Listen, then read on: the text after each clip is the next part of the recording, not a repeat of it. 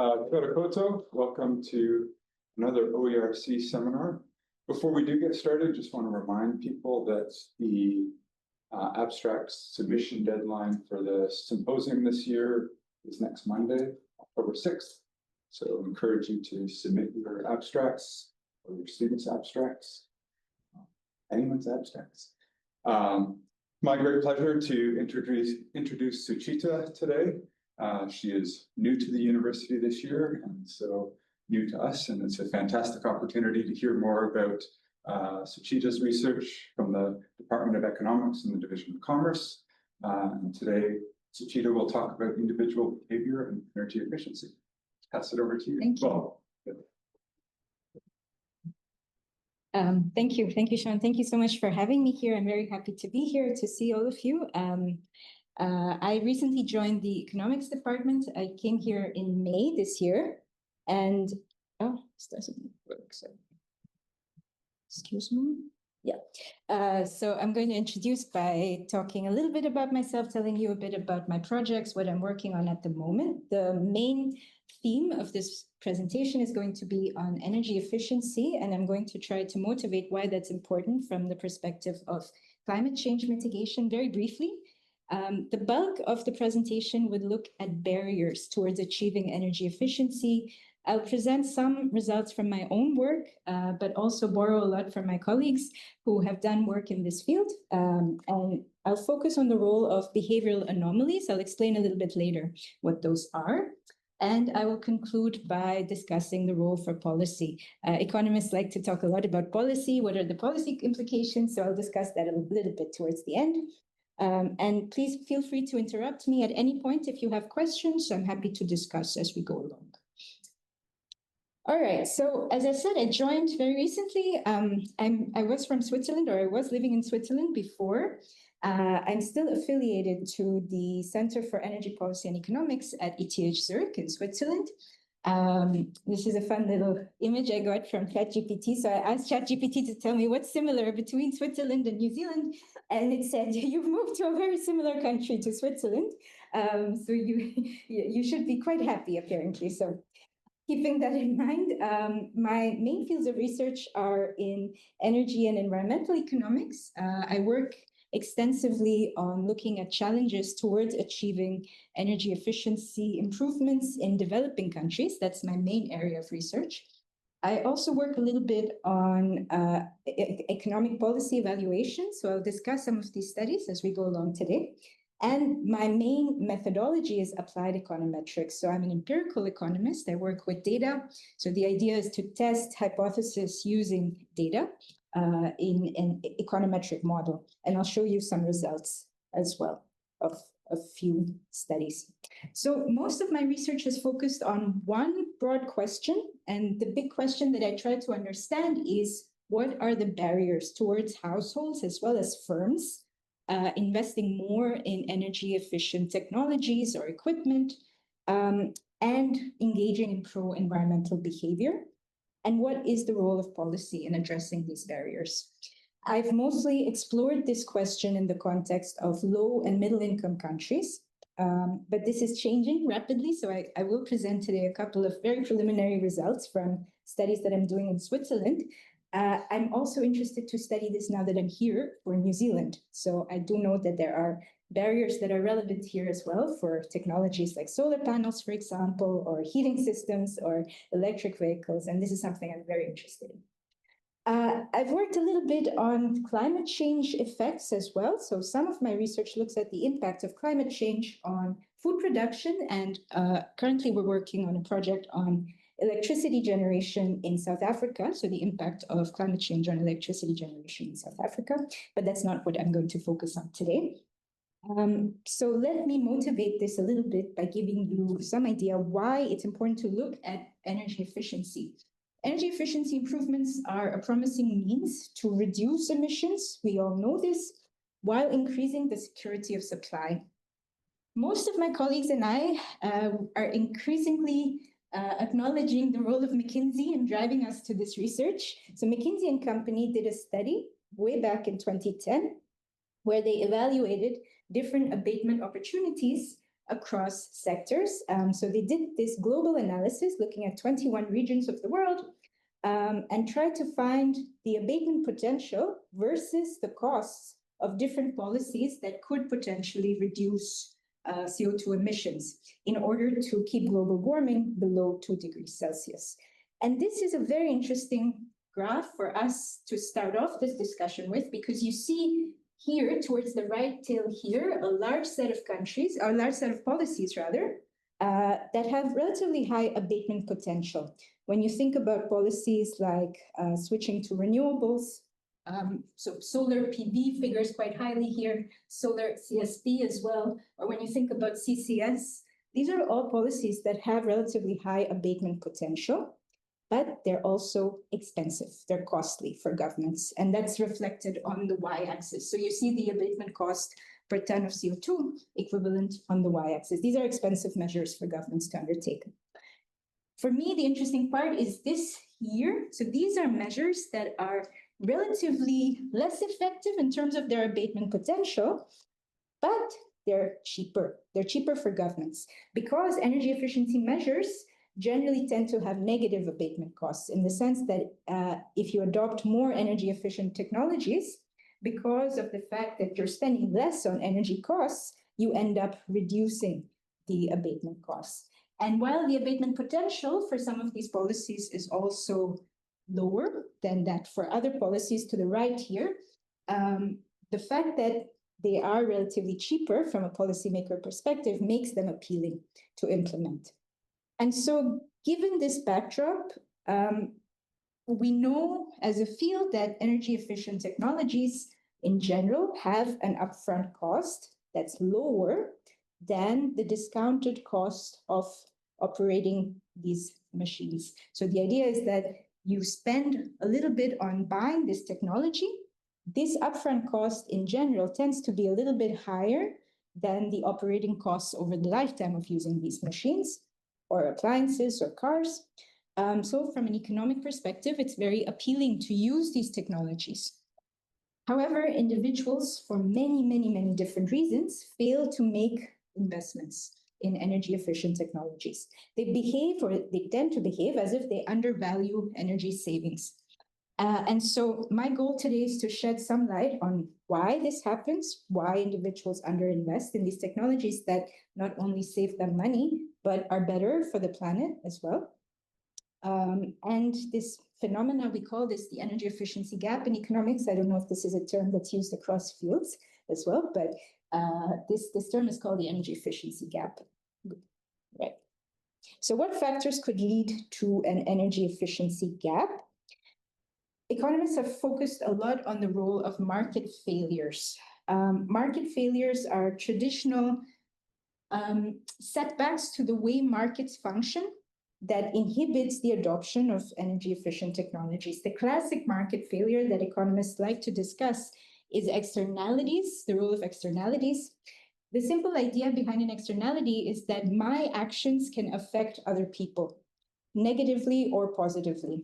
So if I decide today to buy a car that consumes petrol or diesel, the fossil fuel combustion has effects on other people. I should pay for that, but I don't.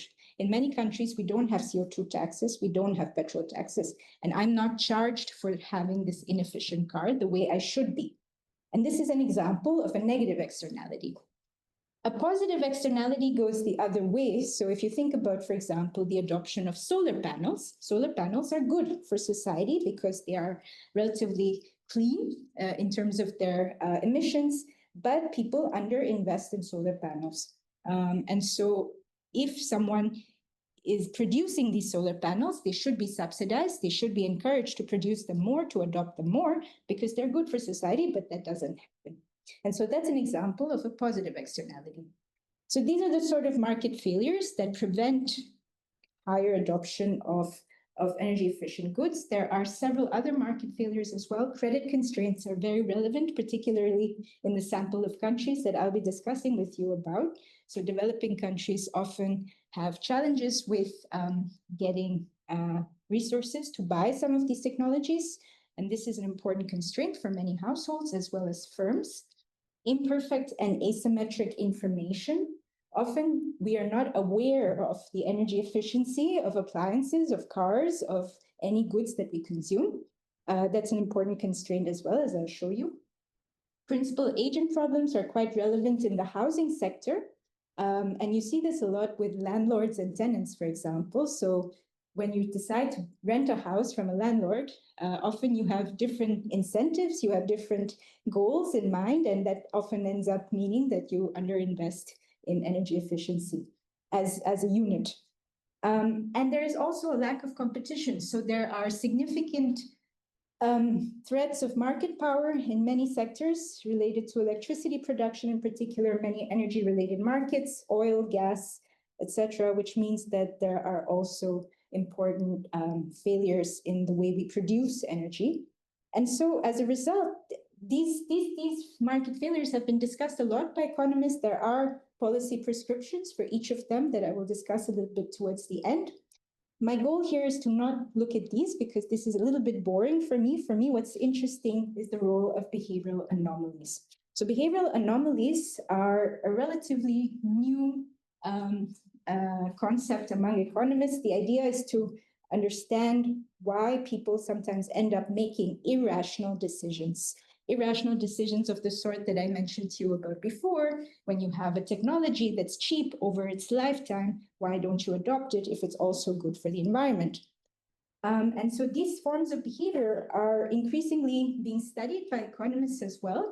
And the conclusion is that behavioral anomalies can actually lead to very different outcomes, or acknowledging the presence of behavioral anomalies can lead to very different outcomes from ignoring them completely. And so it's important to keep this in mind for policymakers as well. Right, so I will now begin to discuss some specific examples of behavioral anomalies. Some of this will draw on my work, and some of it is based on work from co-authors and colleagues. I begin by discussing, I'm sorry, you don't see the title. I can maybe try to move this a little bit. Sorry about this. I just realized this now. Really? Okay. Either more, so yeah, that's it. More? I should say hide. Hide floating, sorry. Yes, okay. Perfect, thank you. So the first behavioral anomaly that I'm going to discuss is the role of cognitive limitations. The idea is very simple. Sometimes we don't have the ability to do the math, to calculate savings or energy savings.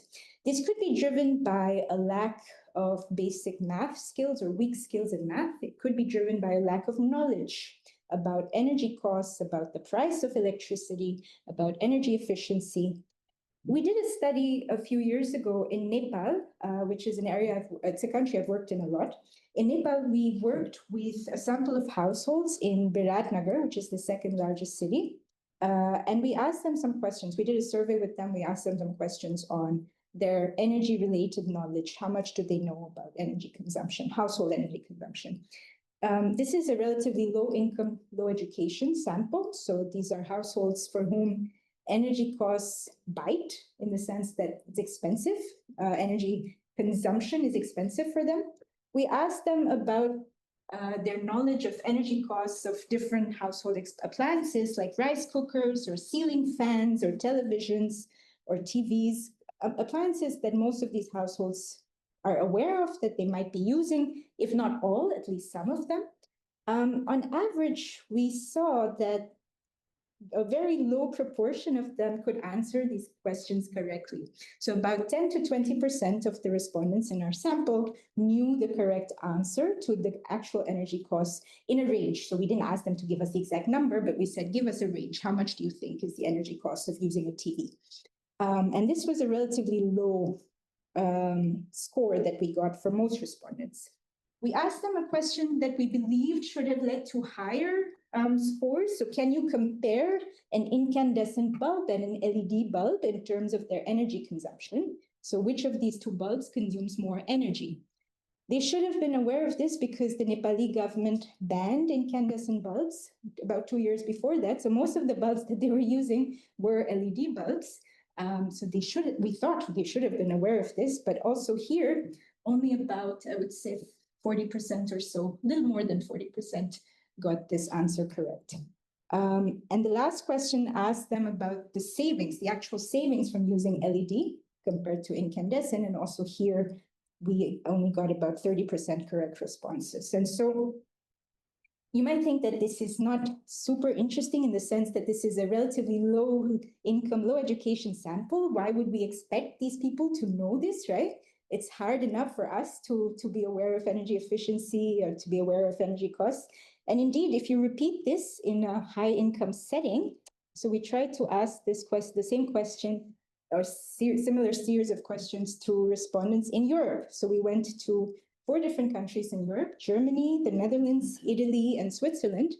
And we asked the respondents about their knowledge of electricity prices, the cost of using a computer, the cost of using a washing machine per cycle, knowledge of LED savings again. And on average, we again only got about 27 to 30%, maybe 40% correct responses from a sample of respondents that was relatively more educated compared to poor households in Nepal, and also had relatively higher income levels compared to our Nepali sample. Just to give you an idea, the financial literacy questions were asked more as a control. So there are standard questions that you can ask respondents in surveys to assess whether they have some basic math skills to be able to understand the idea of costs incurred over time or discounting of costs incurred over time. And with these, they did actually a little bit better. So the rates of correct responses were higher. But then at the end, we asked them a question about lifetime cost calculation. Can you calculate the cost over the lifetime of using an appliance?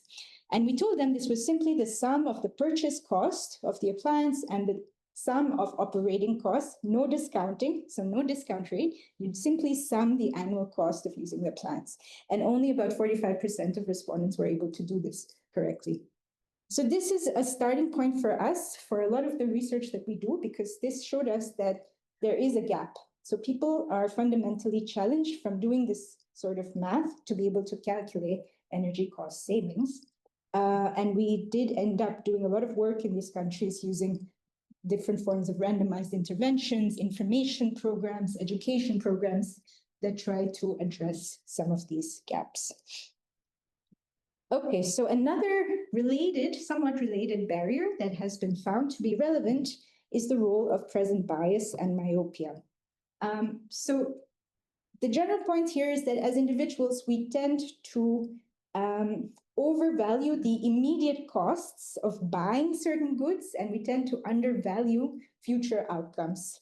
So if you see a car that costs $14,000, $14,390, and you see another one that costs $17,000, you're more likely to think this is a better option. Many individuals are likely to think that this is a better option, even though if you compare the two in terms of fuel economy, the first one has a significantly higher fuel economy than the second one.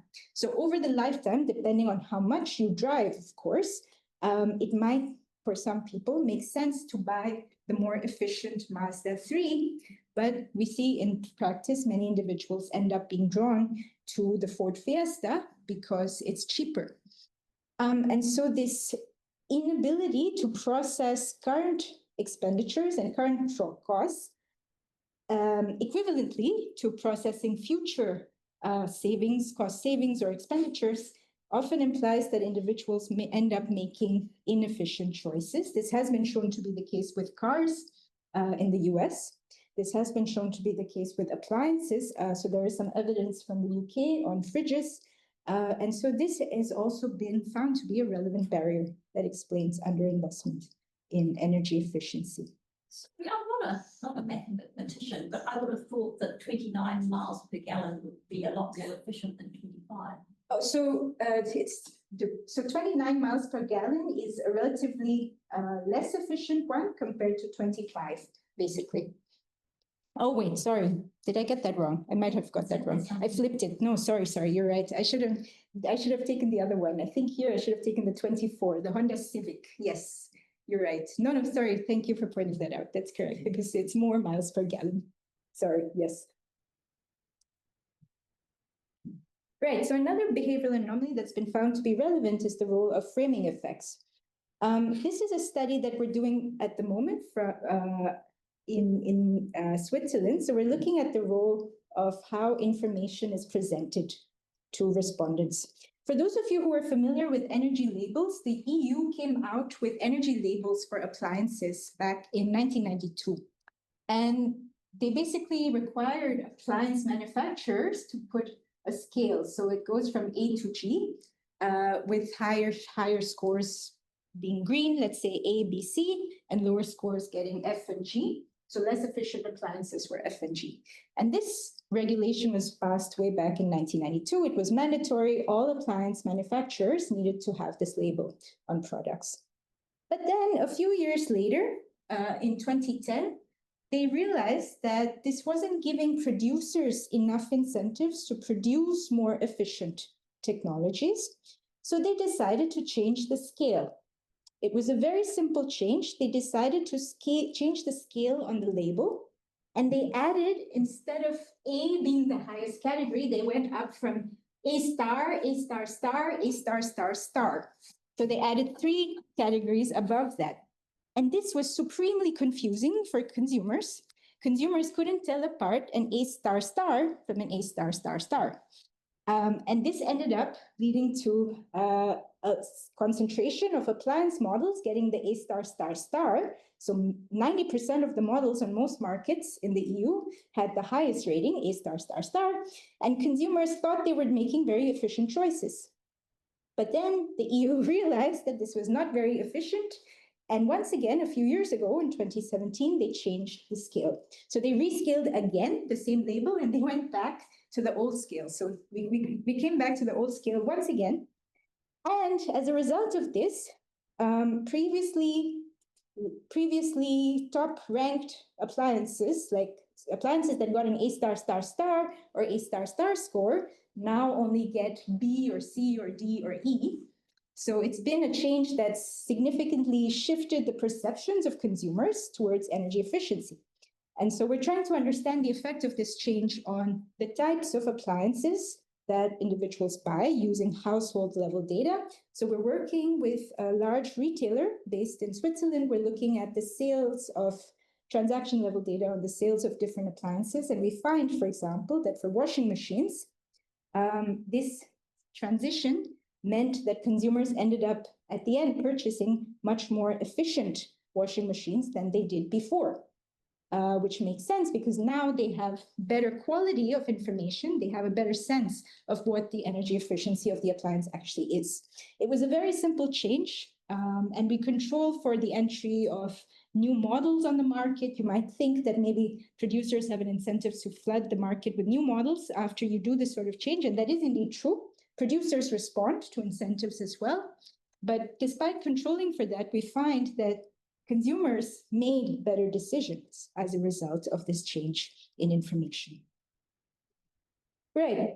There's also a lot of literature in economics that has focused on EVs. So the role of barriers that hinder the adoption of electric vehicles.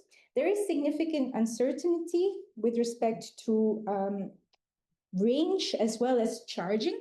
So if you do these sort of surveys, this one is from the US, if you do these surveys that ask consumers about the top reasons why you wouldn't buy an EV, it's very common to find at least 50 to 60% of respondents saying, I'm concerned about the lack of charging infrastructure, I'm concerned about the range.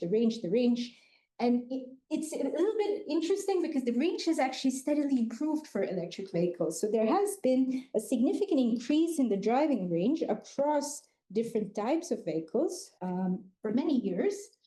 However, the range is still an important barrier to many individuals. And this is not something that we necessarily deem irrational. Of course, individuals have different needs. If you drive a lot, range can be a considerable barrier. But we see this in a recent study from Switzerland. We also saw something like this with people who drive about 30 kilometers, 40 kilometers a day, stating that the main reason they don't buy an EV is the range of the vehicle. And so these are these sorts of barriers we categorize as something called the status quo bias. You like to be where you are. You have a tendency to not adapt so easily to new technologies. And this is something that we also see, for example, with the adoption of solar panels. There is some literature that's documented the role of status quo bias in hindering further adoption of solar panels. Individuals tend to like where they are now. It's difficult to switch. Another factor that's been found to be relevant for solar panels is myopia. So this tendency I mentioned about before, where you focus more on the now, on the short-term costs, rather than looking at the potential long-term benefits. On the flip side, however, there is also some work with solar panels to suggest that there could be a positive behavioral anomaly in the sense that I'm more likely to be influenced to buy a solar panel if my neighbors have one. There is strong evidence for this from Connecticut. This picture is from Connecticut, where I lived for a few months last year. So Connecticut has there are several studies on Massachusetts and Connecticut that have shown that if my neighbors have a solar panel, I'm more likely to buy it, as long as it's visible. So if I can see that my neighbors have a solar panel, I'm more likely to buy one myself. There are similar studies that have been done in the EU, I believe in Switzerland, in Germany, in the UK. And so this is an example of a behavioral anomaly that's going in the opposite direction a little bit, in the sense that it's inducing consumers to do or take an action which might be good for society in a way. So it's important to also mention about these effects. And these positive effects of social norms and social contagion have been explored in other work. I have a paper where we've looked at this with my co-author on the role of social norms in driving the adoption of LPG. LPG is liquefied petroleum gas. It's a form of cooking fuel that's used by many households in developing countries. The alternative is firewood, which is a significant source of indoor air pollution. And so LPG from that perspective is cleaner. It's not the most efficient choice, but it's cleaner.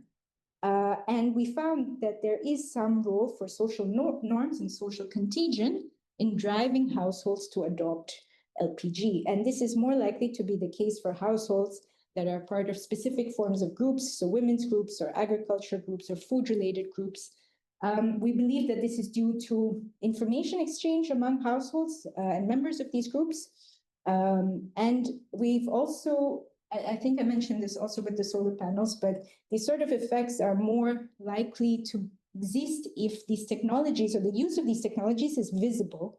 So if you have an EV parked in your driveway that your neighbors can see, these effects are likely to be stronger than if you buy a very energy efficient washing machine that you put in your basement, for example. So there is also some literature that suggests visibility of the technology could play an important role. And I will conclude this section by discussing a little bit about firms. So we have a couple of studies that have also looked at the challenges that firms face when they want to make better decisions or decisions that are better for the environment. In the first study, we worked with some data on cement plants in India that had to face a new regulation that required them, mandated them to reduce their levels of energy intensity. Energy intensity is defined as energy consumption per unit of output. So they were essentially asked by the government to become more efficient. You have to reduce your levels of energy consumption, given that the cement industry is a very highly polluting industry. And we find that as a result of this regulation, cement plants did experience improvements in productivity. So this is the classic argument why firms are often reluctant to make any changes. They say that it could hurt our productivity, it could hurt production. We don't want to make these kind of switches, but we find that it actually increases their productivity. It doesn't hurt the productivity, but that's only the case if they were already energy efficient to begin with. So firms that were not energy efficient to begin with actually did end up losing a little bit in terms of productivity.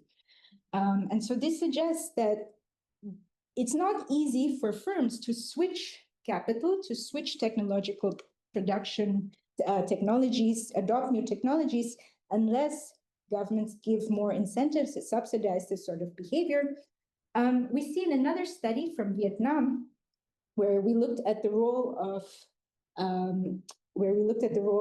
of voluntary environmental certification, we found that firms were more likely to adopt this form of voluntary certification in the food and beverage industry if they were more aware of environmental law. It's a very simple policy prescription. You make your managers and your firms more aware of the laws, of the existing legal procedures. But we found that about 60 to 70% of managers were not aware of the existence of this law. And so these sort of challenges hinder pro-environmental behavior by firms, we argue, whether it's a response to mandatory policies or voluntary ones. There is a strong role for governments to help firms also take actions that encourage adoption of energy efficient technologies and encourage pro-environmental behavior. So that kind of segues very nicely to the last part of my presentation for the role of public policy. An economist toolkit for any of these problems is fairly standard. We always start by talking about taxes. We think taxes are the best solution for most things in life. And that is indeed the case, but there are strong arguments against taxes, particularly political, but also other reasons why taxes might not be efficient in many cases. And so that has led us to expand this toolkit a little bit more over the years. You'll see a lot of these constraints and failures have information in some form as a possible policy option, and information provision indeed has been found to address many of the barriers that I discussed before. But one important footnote to add there is that information provision generally has very small effects, and it only works when coupled with other policies. In many of the settings that I've shown you before, but I'll also show you a few studies now that provide evidence to this too.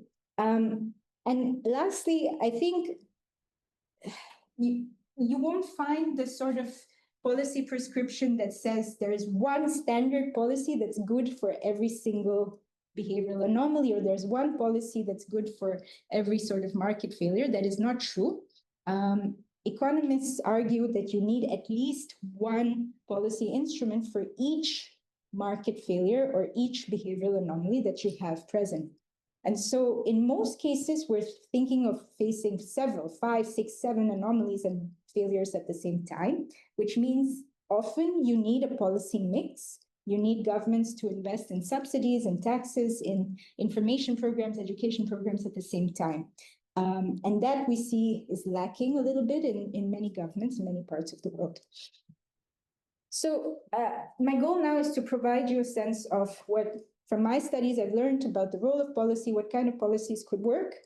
This is a very large-scale study. This is from a very large-scale study, again, that we did in Nepal. So Nepal has, or in particular Kathmandu, the capital, it has very high levels of air pollution. It's one of the most polluted cities in the world. We did a study there over a few years where we tried to look at the barriers towards the adoption of more fuel-efficient motorcycles. So motorcycles are almost 70 to 80% of the private vehicle fleet in Kathmandu. And the idea here was to try to provide information on energy costs or fuel costs to potential buyers of motorcycles and to see if providing this information means that they end up making better choices. So we basically collaborated with a company that developed a website. And on this website, buyers or people who were interested in buying a motorcycle could log in. They could choose the motorcycles that they were interested in. And then they were shown information on the price of the motorcycle. And we created also a fuel economy label for the Nepali market. So this is something we created ourselves. It doesn't exist in Nepal, but the idea was to provide some information to the respondents on the fuel economy. This is what the control group in our study was shown. And then we had 2 treatment groups. So the treatment groups are the ones we are more interested in. So one of them was shown information on annual operating costs of using this model compared to the average model on the market, the average model in the Nepali market.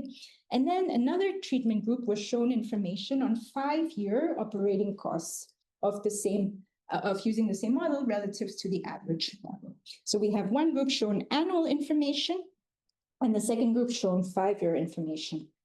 And we find that the group that was shown the 5-year information at the end ended up buying significantly more efficient motorcycles compared to the group that was just shown information on fuel economy.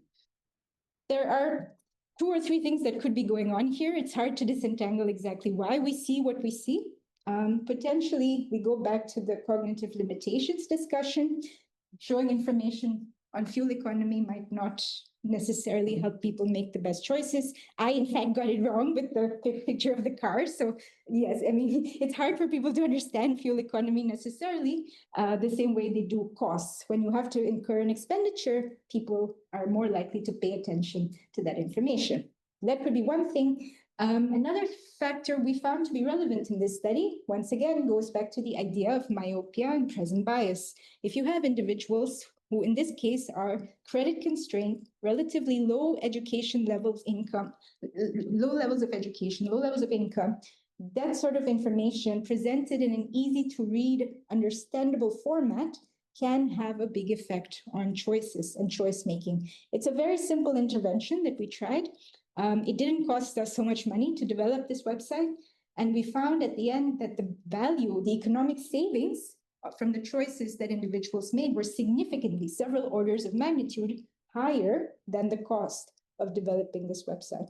So providing information can bring some benefits. It's a useful tool to get people to make better decisions, particularly in cases with low levels of education.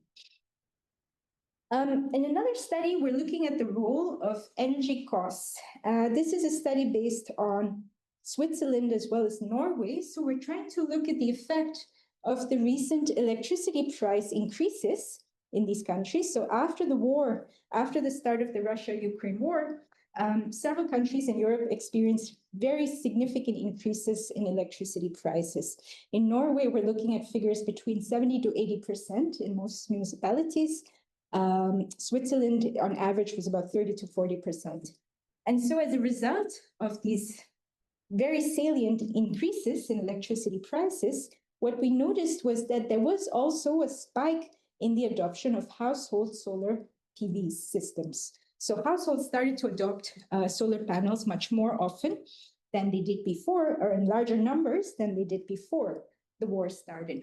So this got us thinking. We started to get some data on Norway and on Switzerland on household adoption of solar panels.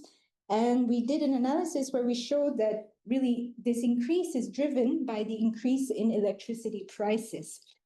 Again, we think there could be a couple of things going on. We're not sure at the moment. So it could, of course, be that once electricity prices increase, they're more salient in your mind. You think about energy costs much more than you did before. We also believe in this case, there is some question related to energy security, because the war brought to the fore the fact that there are challenges with energy security, and it's particularly in Norway. And so for this reason, we think it could be one of these factors that's driving these results. We're still exploring a bit to see whether this is the case. It's not unique to Switzerland and Norway. So many parts of Europe have experienced a significant spike in the adoption of household PV systems. There are arguments to suggest this is driven by the role of policy, so subsidies, feed-in tariffs that have been in place for many years. But I believe we're not alone in arguing that these electricity prices are driving force as well. So there are several studies from Germany, for example, that are also looking in the same direction at the moment.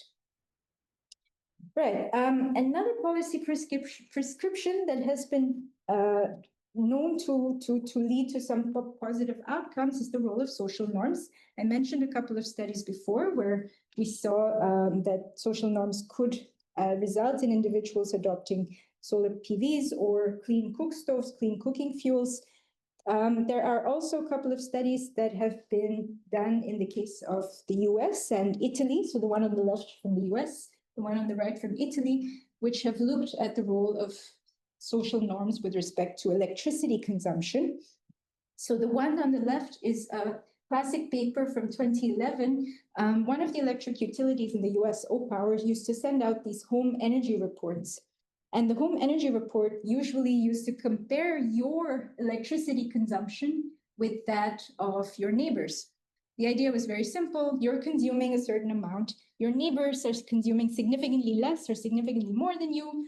Good job, bad job. That's the idea. There was a very simple idea, a relatively cost-effective policy, and the author showed that this led to an almost 2% reduction in energy consumption for households who received these reports. You might think 2% is not a huge effect.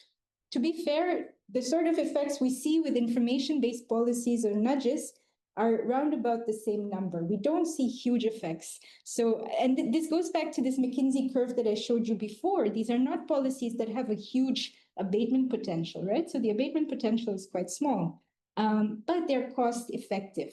And so from a policymaker perspective, they could be appealing, particularly if they're combined with other instruments.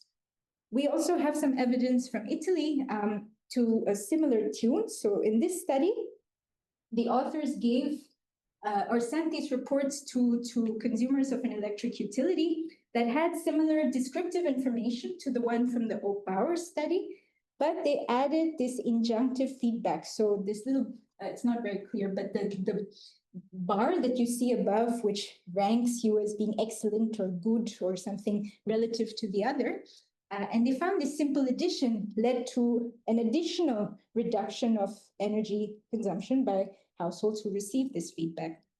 So these are simple information-based, nudge-based tools that have been found to have effects.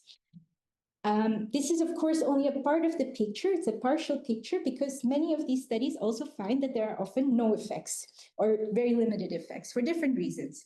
But it is important to highlight because whenever these studies are mentioned, often you get the feedback that these effect sizes are so small. I mean, why should anybody be interested? Why should any government spend so much money in building a website or sending out these home energy reports? And the idea is that it is a relatively cost-effective tool, so it doesn't cost that much for governments to do this relative to implementing a subsidy or implementing a tax, for example. And so we always try to keep it in perspective. And this brings me to the last sort of policy tool that remains important. It has always been important.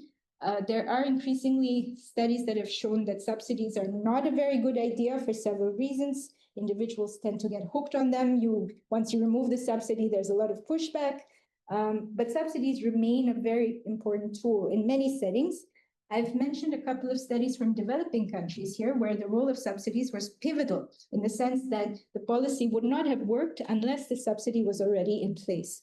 So the one on the left is a recent study done in Kenya with urban households, so semi-urban households, poor households who were using firewood as a source of cooking fuel. And these households, again, the research group that did this did an extensive survey with them. They worked with them over several years, tried to understand what are the barriers, and then they implemented a policy where they gave these households subsidies, different subsidies, to buy a more efficient cook stove. And this more efficient cook stove was better for them in every way, in the sense that it was better for the environment, better for their health, cheaper over the long run if they used it more consistently. And they find that the barrier towards the adoption of this better stove was not the fact that people didn't pay attention to energy costs. It's just that they couldn't afford them. They couldn't afford these better stoves. And so the simple policy prescription from this study was to subsidize the use of stoves. And they found that providing the subsidy indeed led to higher adoption of more efficient stoves. The one on the right is a study, slightly older study from Brazil. And in this case, the author basically did, again, an experiment, a randomized experiment in Rio de Janeiro.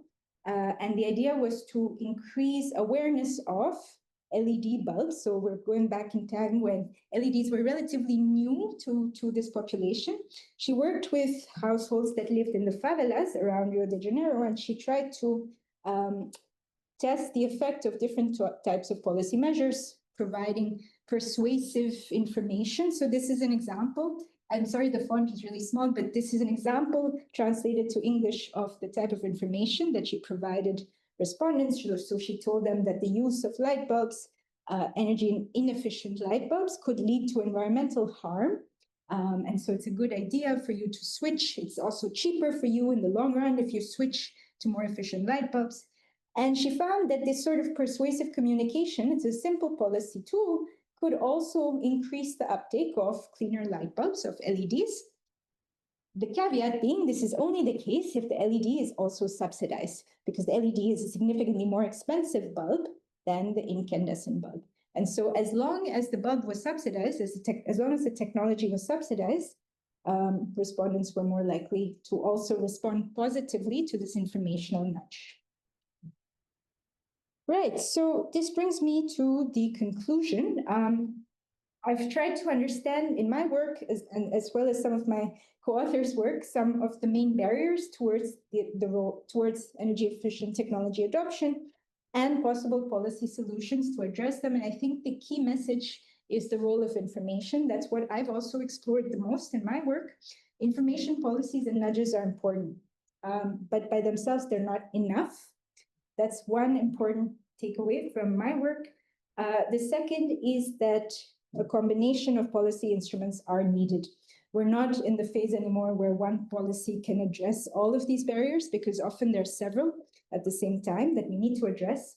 And you need at least one policy tool per problem. So if you have several, you need a minimum of that number, probably more, to address all of them together.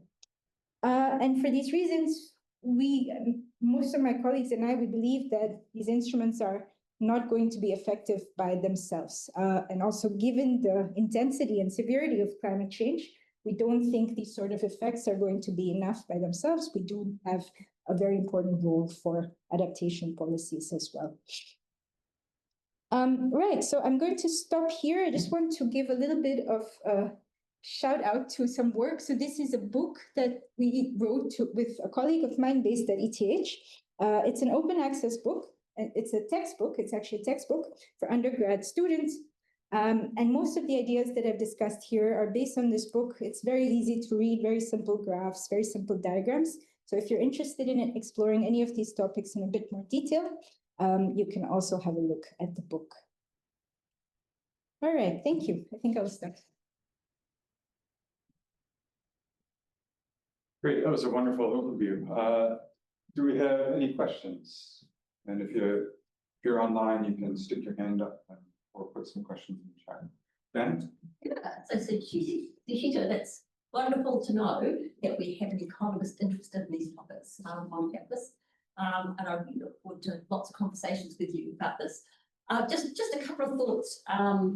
My immediate thoughts responding to this is that, first of all, it interests me that economists repeatedly see human beings as problematic because they are irrational and they have behavioural anomalies, as if somehow there is a perfect human being that is like an AI instrument that makes perfect decisions on the basis of purely economic drivers. It's kind of, the language really, it might upset you as well, but it certainly upsets me. No. Because I think that those words are suggesting that we're somehow all imperfect, whereas I prefer to see people as just people, and that we behave in the ways that we do, and let's try and understand that as best we can, rather than kind of putting it in the irrational, anomalous kind of space. But I can see that through that work, your results are producing some really interesting insights. So the question you started off with about why do people make irrational decisions, why do they not invest in energy efficient behaviours and technologies, is actually one that stimulated a research program that I led and co-led from about 2009 for quite a period of time, which was called Energy Cultures. And this was trying to look at exactly the same question, but from a multidisciplinary perspective, including an economist, and trying to look at the multiple drivers of behaviour, seeing people as, or firms as, both decision makers in their own right, but also decision makers in terms of the ways they are influenced by others around them, i.e. cultural. And I really look forward to discussing some of that work with you, and maybe collaborating in that space in the future. Thank you, Jen. And just as a shout out also to Fan next to me here. So Fan's over here for a year. from China, Mhm. and we're working together on some analysis and working on a paper that we're going to be talking about next month. Mhm. Yeah, applying the sort of energy cultures framing to work he's been doing, Mhm. looking at uptake of PV in rural China. Oh, interesting. So I think you'll be Yeah. interested in Yeah, that. yeah, for sure. So there are lots of behavioural anomalies. Actual behaviour. So it would delight you, but if you are interested, do come along as well. It's I think the 28th of October. Thank you. Yeah. Thank you. Got a question online from Max. He works with people that struggle to pay their power bills and would love to hear a little more about the principal agent problems in landlord-tenant relationships. Do you have an example of this or ways to address it? Yeah, thank you for bringing that up. So principal agent problems are, sorry about this, yes. Principal agent problems have been found to be a significant barrier towards energy efficient renovations, improvements in insulation in households. The idea is that if you have one agent who's the principal, who's essentially the agent that invests in the technology, and you have another agent that's using the technology but not paying for it, you have sort of misaligned incentives. And the classic example for this, it depends from country to country, I think, because the rules for who pays the electricity bills, I think, vary from one country to the other. In the Swiss case, for example, the landlords generally tend to provide renters with appliances. They buy the appliance for the renters, and the renters pay the electricity bills themselves. And so in that case, unless the landlord buys me an energy efficient appliance, I don't have the incentive to use electricity in an efficient way. And so that's a classic example of principal agent problems. It could be the reverse as well. Sometimes the renter ends up having to buy the appliance themselves, or they end up buying an inefficient appliance because the landlord doesn't provide them with one. And then they use that appliance maybe not in the most efficient way. So it really depends on the context. But the idea is that you have one party, the principal, that's buying something or investing in something, and you have another party, the agent, that's using energy, and you don't necessarily agree on what's the best path for using electricity. Other questions in the room? Regarding the cookers in rural households, I remember some years ago there were some organizations that were kind of renting out these maybe not cookers but like LED lights and solar packages, so that people wouldn't have to use kerosene lamps. Yeah. And got over that capital cost. Yeah. That's a good example. Yeah. Is that something that can be applied to like, induction cooktops are really like efficient. They're not really cheap, of course, but No, yeah. whether a sort of rental program could help replace the efficient. Absolutely. So there is some work in this direction in Africa. I think there are field experiments that are going on where they're testing the approach of using either rental agreements or pay-as-you-go schemes. So you could basically the researchers give them the cook stove for free, and then you pay for the costs as you go along. So these sort of policy tools are being tested. They are promising. They do offer a promising alternative to using subsidies. The classic economic argument against subsidies is that they're economically inefficient in the long run, in the sense that you get households hooked onto these subsidies, and then once it's removed, if the political party changes or whatever, and they remove the subsidy, and then you have households who are very frustrated and they don't want to, but they switch back to the old technology. And so these sort of policies have been found to be effective. Absolutely. I think they do have some place. The problem with cook stoves, and I think this goes a little bit to this question of energy culture that Janet also mentioned, and this is, it permeates across socioeconomic background across different countries, is that somehow people tend to have a preference for the way food is cooked and they don't like to switch to other technologies. So induction cook stoves, for example, have been found to be so effective, very efficient, but then households stop using them after a point, even if it's 100% free. If you don't pay for the cook stove, there have been studies that show that households stop using these cook stoves after a few years because apparently the food doesn't taste the same. So they go back to firewood because they like the taste of the way the food is cooked. And so these challenges, they go a little bit on your question about the irrationality or how we model human beings, but it's a little bit difficult as an economist to prescribe a policy in this case because we can do so much by giving them free cook stoves or rental agreements. But then if you don't like the technology or you don't like the way it works, it's hard to push households to use another technology. So yeah. But on that, there's been some great research in Africa actually using the energy cultures framework, looking at exactly this question of non-adoption of energy efficient cook stoves. And it's not just the taste and the smokiness, it's to do with the fact that to get charcoal, you go out into the village and you talk to everybody, and that's your social occasion. yeah. And also the charcoal gives a lovely slow cooking. Yeah. You can go and do other jobs at the same time in your household as well as cook. Yeah. So there's lots of really interesting kind of Practical, cultural aspects that wrap around that particular approach to cooking, but is not replicated if you use another system. Exactly. Yeah. That's a great point. Got another question online from Asuma, and I think they're picking up on your comment around moving towards New Zealand research. Oh, So yeah. they're wondering if you have any insights into specific pieces of policy that are missing in New Zealand with regards to energy efficiency. I'm sure there's lots.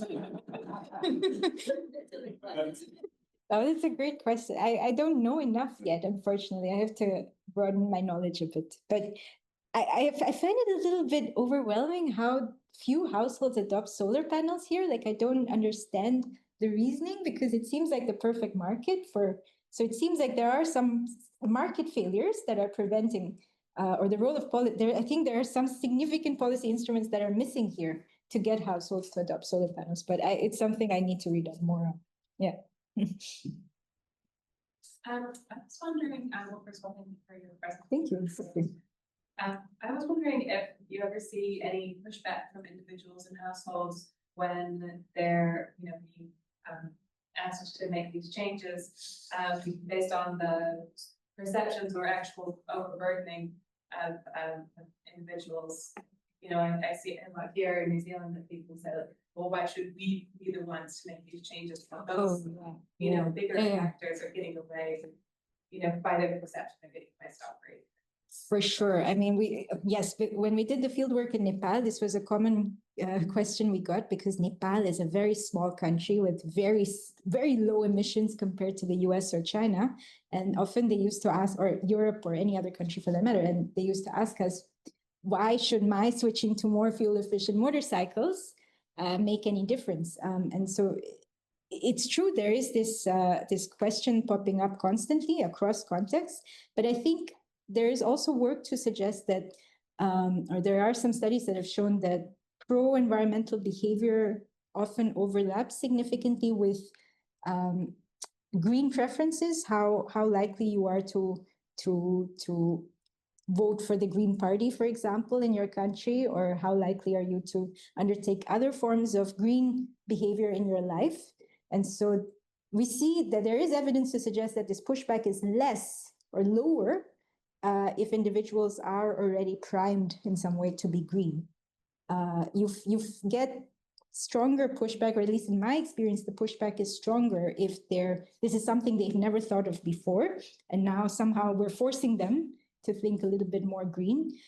In most of the field work that we do, for this reason, we often don't mention we're doing this from an environmental point of view or for climate change mitigation. We say it's more for saving costs, reducing your costs, buying more efficient technologies. You reduce your daily power bill or fuel bill.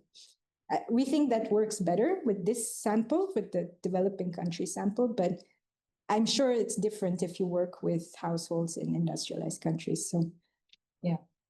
Was that the result of a comparison between, say, a financial and a non-financial motivation? Yeah, exactly. Yeah. Okay, unfortunately, we're out of time, so we'll have to leave it there. But it's a fantastic presentation. Thank you. Wonderful. I'm glad. Thank you. Thank you for your questions. please join me in Suchita round of applause.